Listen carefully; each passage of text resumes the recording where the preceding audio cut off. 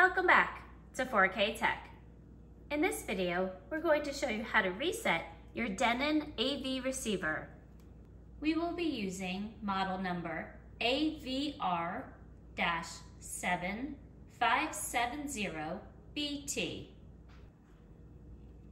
When factory resetting this receiver, we're going to turn the power off. Then, while holding down the power button, you'll also press the sound mode right and the tuner preset channel plus buttons.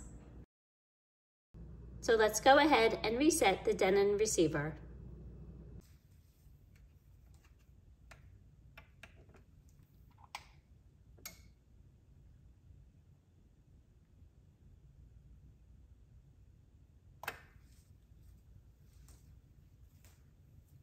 And now your DENON receiver should be factory reset. If this doesn't work, you can always reset all the settings to the factory defaults using the reset in the menu. Well, I hope this tip has been helpful.